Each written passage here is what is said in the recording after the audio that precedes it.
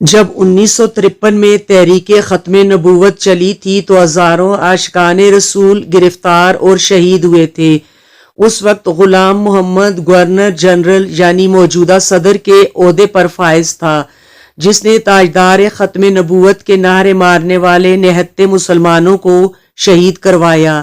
تعجب کی بات ہے کہ غلام محمد نے یہ سب کچھ کروانے کے باوجود سعودی حکومت سے درخواست کی کہ مجھے مدینہ پاک میں رہائش دی جائے۔ درخواست قبول کر لی گئی اور حکومت نے اسے باب جبرائیل سے قریبی علاقے میں رہائش دے دی، جو پاکستان ہاؤس کے نام سے معروف ہوئی۔ پھر اس نے یہ وصیت بھی کی کہ مجھے وہیں دفنایا جائے، لیکن خدا کی قدرت کہ جب یہ مرا تو اس کی لاش کو امانتاً عیسائیوں کے قبرستان میں رکھا گیا۔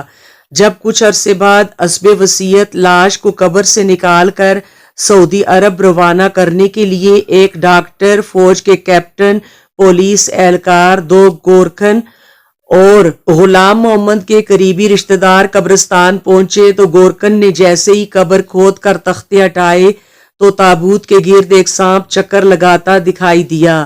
گورکھن نے لاٹھی سے اسے مارنے کی کوشش کی مگر وہ نہ مرا۔ پولیس کے سب انسپکٹر نے پستول سے 6 گولیاں داغیں مگر سانپ کو کوئی گولی نہ لگی۔ پھر ڈاکٹر کی ہدایت پر زہریلا سپرے کر کے قبر عارضی طور پر بند کر دی گئی۔ جب 2 گھنٹے بعد دوبارہ کھولی تو سانپ اسی طرح چکر لگا رہا تھا۔ آخر باہمی صلاح مشورے سے قبر کو بند کر دیا گیا اور اگلے دن اخبار میں خبر شائع ہوئی کہ سابق گورنر جنرل غلام محمد کی لاش سعودی عرب نہیں لے جائی جا سکی اور وہ اب کراچی ہی میں دفن رہے گی۔ وہ لاش آج بھی کراچی کے گورا قبرستان میں دفن ہے۔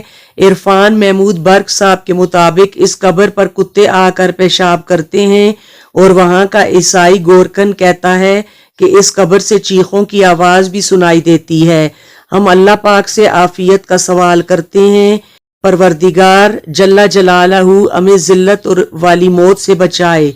ہر ظالم کا برا حشر نہیں دکھایا جاتا، عبرت کے لیے کسی کسی کا دکھا دیا جاتا ہے۔ اللہ پاک ہمارے حکمرانوں کو بھی اس سابقہ صدر سے عبرت حاصل کرنے کی توفیق دے۔ آمین ثم آمین۔